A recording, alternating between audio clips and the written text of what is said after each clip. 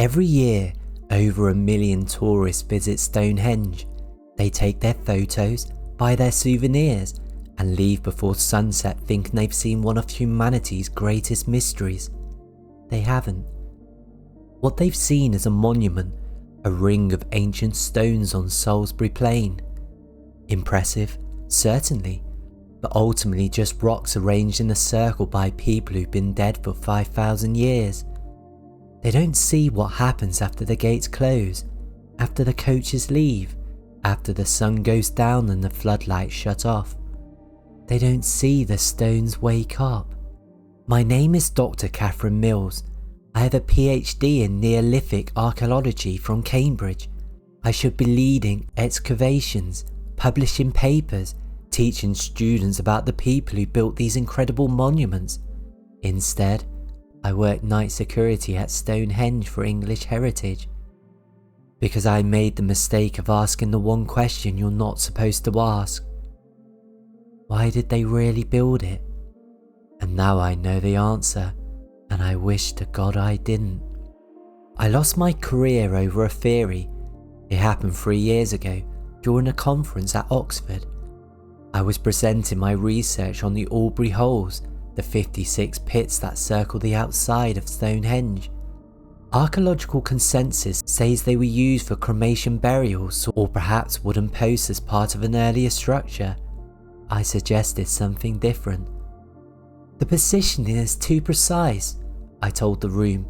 56 holes exactly, not 55, not 60. Why 56? Because that's the number of years in the lunar eclipse circle. The Aubrey holes aren't graves, they're an eclipse predictor, a calculator made of earth and stone. That part wasn't controversial. Other archaeologists have suggested similar theories, but then I made my mistake. The question we should be asking, I said, isn't how they predicted eclipses, it's why they needed to. What were they tracking? What were they preparing for? I showed satellite images, ground-penetrating radars, evidence of earlier structures buried beneath Stonehenge, structures that predated the stones by 2,000 years. Wooden posts arranged in circles, then those posts were replaced in smaller stones, then those stones were replaced with massive sarcens we see today. They kept rebuilding it, I said, over and over, for 3,000 years. Why? What were they trying to perfect?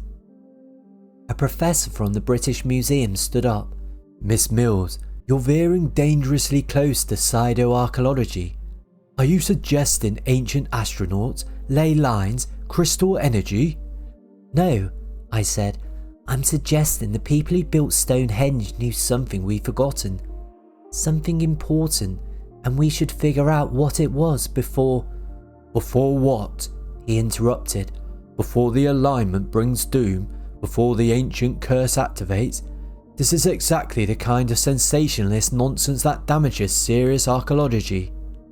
The room erupted in arguments. Half the attendees walked out. My paper was rejected. My funding was pulled. Within 6 months, I couldn't get a teaching position. My name was mud in academic circles. The promising young archaeologist who turned into a conspiracy theorist. I was broke, discredited, and desperate when I saw the job listing. Night security officer, Stonehenge World Heritage Site. English Heritage seeks qualified candidate for overnight security position. Archaeological or historical background preferred. Must be comfortable working alone in isolated location. 32,000 per year. I applied. They hired me within a week. I thought it was because they needed someone with site knowledge, someone who understood the historical significance. I was wrong. They hired me because I already asked the right questions, and they needed someone who could handle the answers. Stonehenge after hours is surreal. During the day, it's controlled chaos, tour groups, audio guides in 15 languages, queue barriers, gift shop, visitor centre with its interactive displays and overpriced coffee.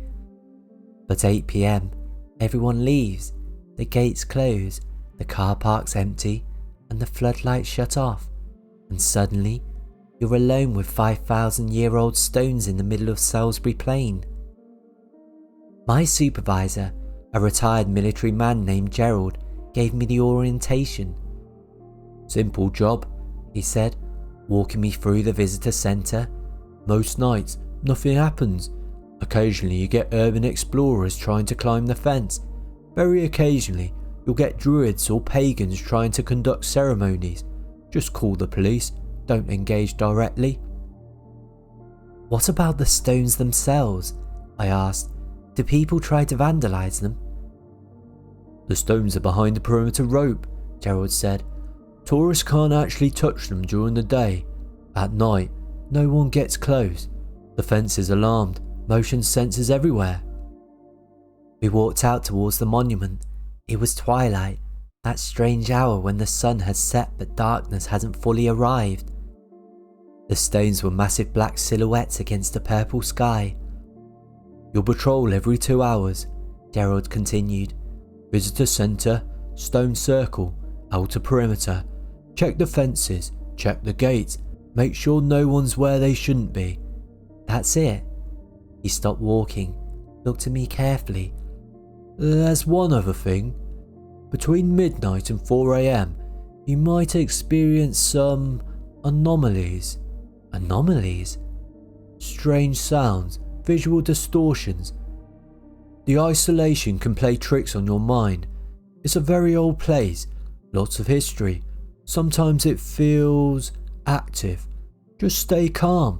Stay in the visitor centre if you feel uncomfortable. Don't go into the stone circle itself after midnight unless absolutely necessary." "Why not?" "Just don't. Trust me on that." He handed me the keys, a radio, a torch, and a small leather notebook. "Previous guard left this," Gerard said. "Might have some useful notes. Read it if you get bored." Then he left, and I was alone. The first few hours were fine. I made my patrols, checked the fences, everything was quiet. At 10 p.m, I sat in the security office, a small room in the visitor centre with monitors showing camera feeds of the site. I made tea, opened the notebook Gerald had given me. It was a journal, handwritten.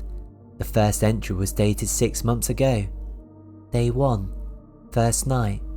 Gerald's warned me about anomalies, but won't specify.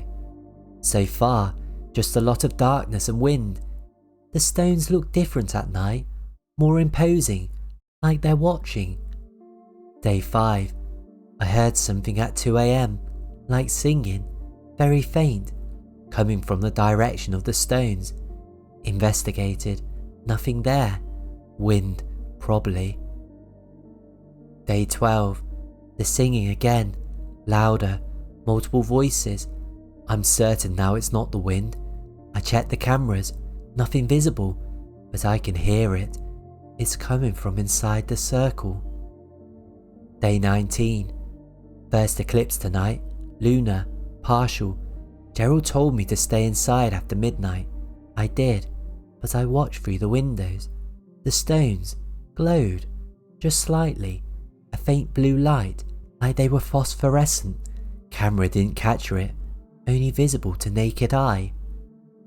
Day 27, found something, old maintenance logs in the archives. Every guard for the past 30 years have reported the same things. Singing, lights, visual distortions, and they all say the same thing. The phenomena intensifies during astronomical events, solstices, equinoxes, eclipses, always. Day 34, I asked Gerald what the stones are really for. He told me to focus on my job, but then he said something strange. Stonehenge isn't a temple, it's a cage. The people who built it weren't worshipping what's inside, they were making sure it stayed there. Day 41, summer solace approaches. Gerald says that's the dangerous night. He won't tell me why, but he's assigned 3 guards that night, me and 2 others. We work in shifts, no one alone. Whatever happens at Solace, they don't want anyone experiencing it solo. The journal entries stopped there. I flipped to the back of the notebook, found a note paper clipped to the last page. If you're reading this, you're my replacement. I quit 2 weeks before Solace. I couldn't do it, couldn't be there for what happened. Gerald will tell you it's safe, that the protocols work. Maybe they do, but I'm not willing to bet my sanity on it. One warning, do not enter the stone circle during an alignment. No matter what you hear, stay behind the rope. The rope isn't to protect the stones from us, it's to protect us from what's between the stones. Good luck, you'll need it. Martin. At 1:47 a.m, I heard it, singing. Not loud, not close, but clear, multiple voices, harmonizing.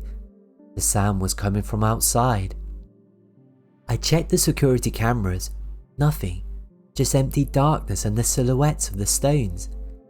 I grabbed my torch and radio and went outside. The wind had picked up, clouds racing across the sky. The moon was 3/4 full, providing just enough light to see by. And the singing was louder out here. It wasn't coming from any direction, it was coming from everywhere, like the land itself was singing. I walked towards the stone circle. The perimeter rope was there, reflective markers growing faintly in my torchlight. The stones beyond massive shadows, and then I heard words. Not English, not any language I recognised, but the rhythm was clear, the cadence, it was a chant, ritualistic, repetitive. I stepped closer to the rope, and that's when I saw them. Shadows, moving between the stones. Not cast by the stones, moving independently, walking, dozens of them, human shape but without features, just darkness given form. They moved in a circle, clockwise, following the path between the standing stones. As they moved, they sang. I stood frozen, watching. One of the shadows stopped, turned towards me. I felt its attention, focused, intense, like being stared at by something that had no eyes but could see everything. My radio crackled. "Catherine," Gerald's voice, "step away from the rope. Now." "I'm seeing." "I know what you're seeing. Step back. Don't cross the rope." I backed away, slowly. The shadow watched me until I was 10 meters from the rope. Then it turned and rejoined the circle, continued walking, continued singing. I ran back to the visitor centre. Gerald was waiting inside. He must have been watching on cameras, though I had no idea how. They showed nothing. "What the hell was that?" I demanded. "Echoes," he said calmly. "Psychic imprints. The monument has been a ritual site for 5,000 years. The monument has been a ritual site for 5,000 years. Sometimes the past bleeds through." "Those weren't ghosts, they were..." "Not ghosts, not exactly. Think of them as recordings, moments of extreme emotional significance burned into the fabric of the place. They can't hurt you, they can't interact with you, as long as you stay outside the circle." "What happens if you go inside?" "The recordings become interactive." He let that sink in. "Get some rest," he said. "They'll be gone by dawn. They always are." "When's the next alignment?" I asked. He looked at me, really looked at me. "Vernal equinox, March 20th, 3 weeks away." "What happens then?" "Something worse than shadows." I spent every spare moment researching. English Heritage had extensive archives, not just published material, but internal documents, maintenance logs, security reports, instant records going back decades. And I found the pattern. Every astronomical alignment, Solstice, eclipse, the night guard reported the same phenomena. 1. The singing starts at sunset. 2. Shadows appear between the stones around midnight. 3. The stones emit faint light between 2 and 4 a.m. 4. Visual distortions within the circle, described as rippling, like looking through water. 5. All phenomena cease at dawn. But during major alignment, Solstices especially, the reports got stranger. Saw figures inside the circle that weren't shadows, solid, real, but wearing clothing from ancient times. The heel stone glowed so bright I could read by it. Temperature inside the circle dropped to freezing despite it being June. Heard screaming, not human, not animal, something else. It came from beneath the stones, from underground. The shadows tried to cross the rope, reach for it, stop just before touching, like there's a barrier. And one report from Winter Solace, 1982. One shadow made it past the rope, just one. It took form, became solid, started walking towards the visitor centre. Security fired flares at it, drove it back. It dissolved at the rope line. After sunrise, we found footprints leading from the circle. They weren't human, 6 toes, clawed, whatever it was real. I found Gerard in his office the next day. Why didn't you tell me? I asked, throwing the reports on his desk. Because you needed to see it for yourself first, to believe. Believe what? That Stonehenge is haunted? No, that it's active. He leaned back in his chair. Do you know why English Heritage employs night security here but not at any other monuments? Not at Aysbury, not at Silbury Hill, not anywhere else? Because of the phenomena. Because of what the phenomena represents. Catherine, Stonehenge isn't a temple. It's not an astronomical calculator. It's not a burial ground. Then what is it? A gate and a lock. He pulled out a file, classified, sealed. In 1953, during reservation work, archaeologists found something beneath the altar stone, a chamber carved into the bedrock. Inside were human remains, 63 bodies, men, women, children, deliberately placed, arranged in a circle, a mass grave, a sacrifice. Carbon dating put them at approximately 2500 BCE, the same time the stones were erected. These people weren't buried after they died, they were killed and placed there. Their bones showed evidence of ritual execution. I felt sick. They weren't killed to honour gods, Gerard continued. They were killed to power a binding. Their deaths created a threshold, a barrier between our world and something else, and the stones mark that barrier, anchor it, keep it closed. That's insane.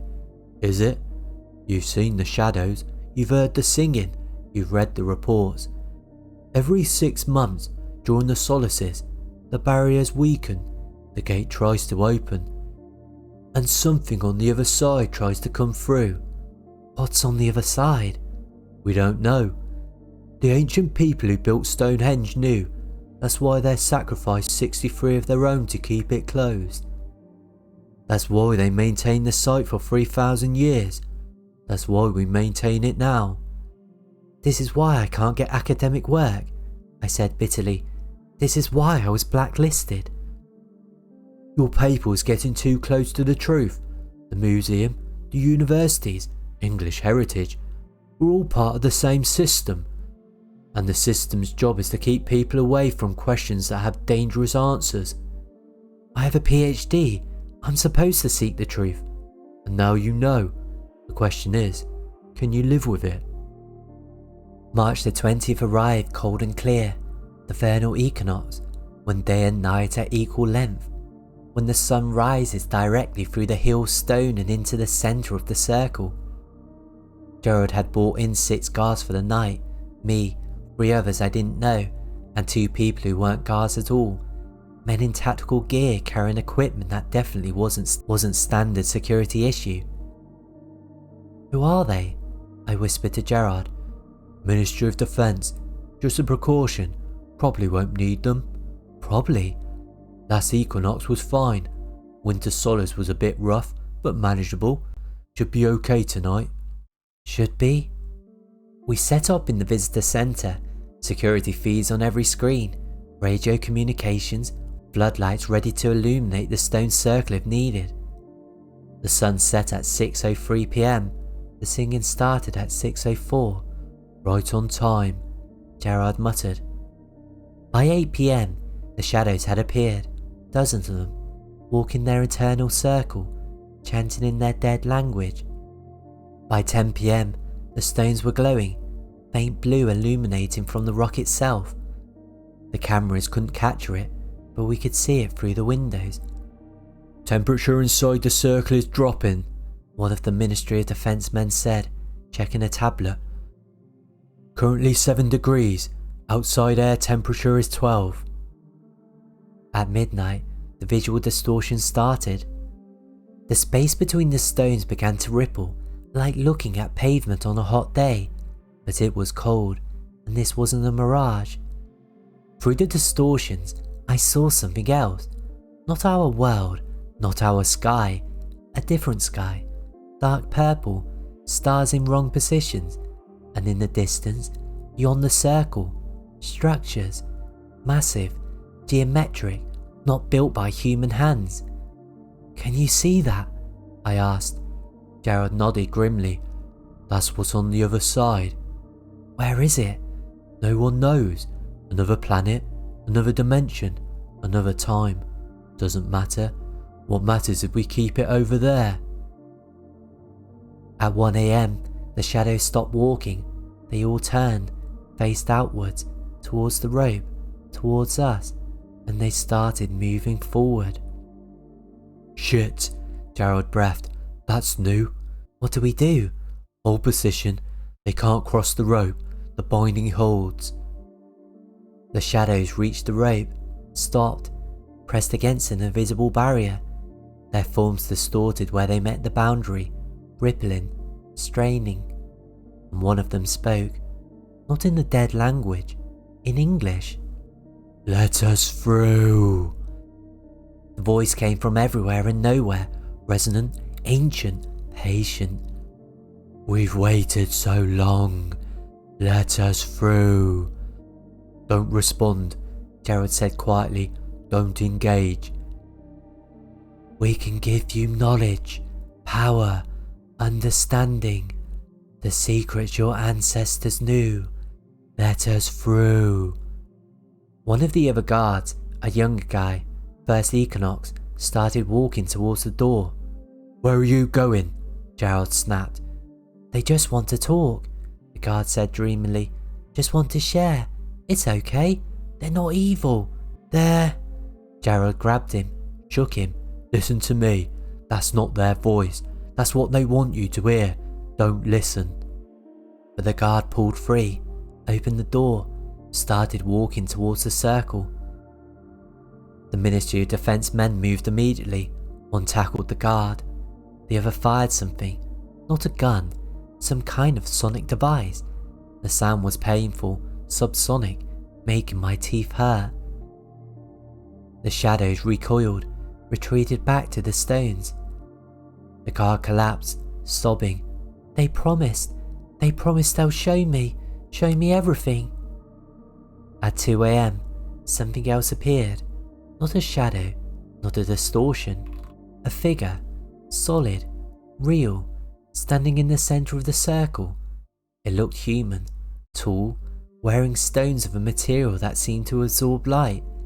Its face was wrong, too smooth, too symmetrical, like a mask made of skin. It raised one hand. The stones vibrated, a deep, bone-rattling hum. Barriers weakening, one of the Ministry of Defence men said urgently. Containment at 62%. What happens if it hits 0? I asked. They come through. The figure in the circle spoke. Its voice was singing, was the shadows, was every whispered prayer and scream that had ever echoed across Salisbury Plain. You wear the forms of the builders' children, For you've forgotten what you guard, forgotten why we must be kept out. Soon, you'll forget entirely, and when you do, the binding will fail, we will return, and this world will remember what it once knew. What did we once know? I found myself asking. Gerard grabbed my arm. Don't. But the figure answered. That you are not the first to build, not the first to think yourselves masters of this world. There were others before you. They built wonders, reached the stars, thought themselves gods. What happened to them? We happened. We came through. We unmade them, erased them, left only whispers and ruins. And when your ancestors crawled from the caves, they found those ruins, learned from them, built monuments to prevent us from returning. Stonehenge, the pyramids, Easter Islands, all of them gates, all of them locks. Why do you want to return? Because this reality is diminished, closed off. When we walked here, reality was fluid. We shaped it with thought, with will.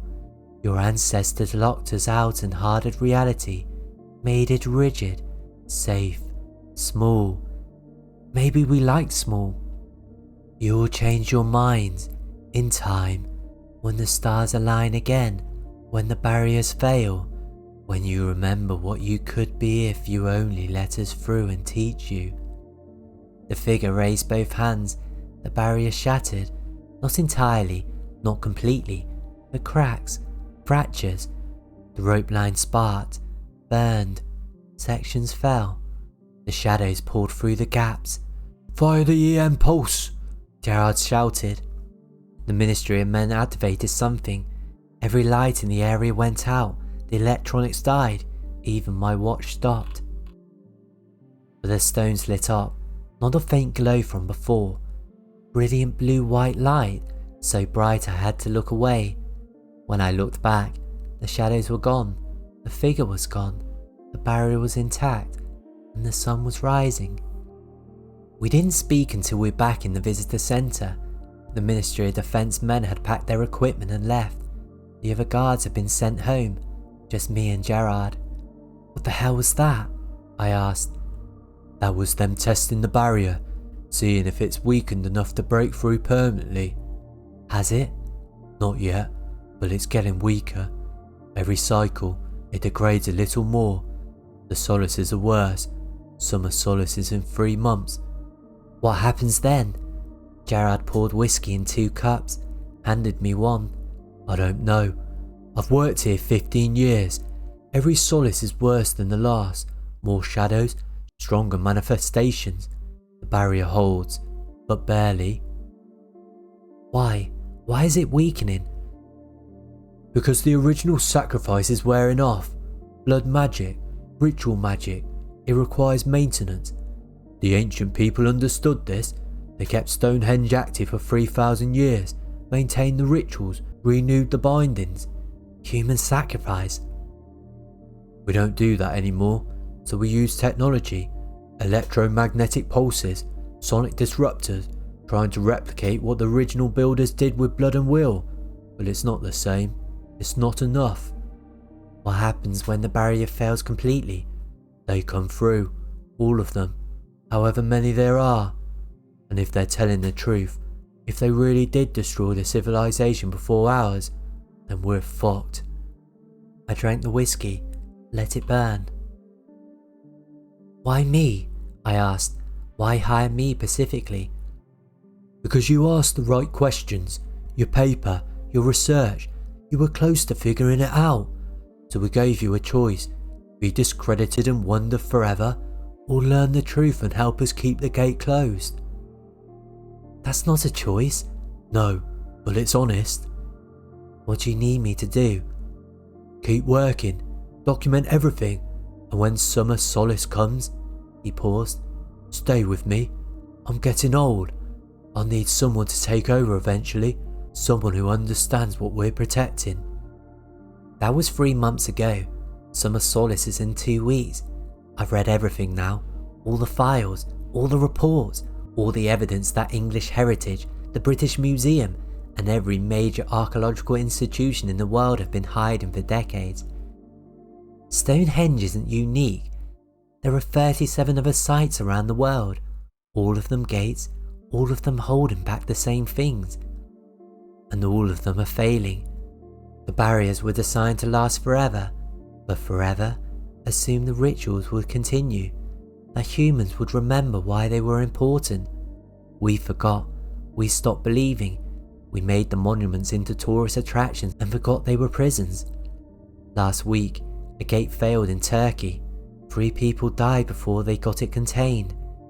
The Turkish government blamed it on terrorists. 2 days ago, Easter Island, 4 dead. Chile is calling it a volcanic gas leak. The gates are opening, one by one, and each one that fails makes the others weaker. Stonehenge will be the last to fall, the strongest binding, the most blood, the most will, but it will fail. Maybe this summer, maybe next, maybe in 10 years, but it's coming. I work night security at Stonehenge. Tourists come during the day and take their photos and think they understand. They see ancient stones, a monument, a mystery. They don't know they're standing on the lid of a tomb holding back something that destroyed the world once before. They don't know the stones sing at night, as shadows walk between them, that during alignments you can see through to the other side. They don't know that 5,000 years ago, 63 people gave their lives to close a door, and that door is opening again. When it does, when the barrier falls completely and they come through, the world will change.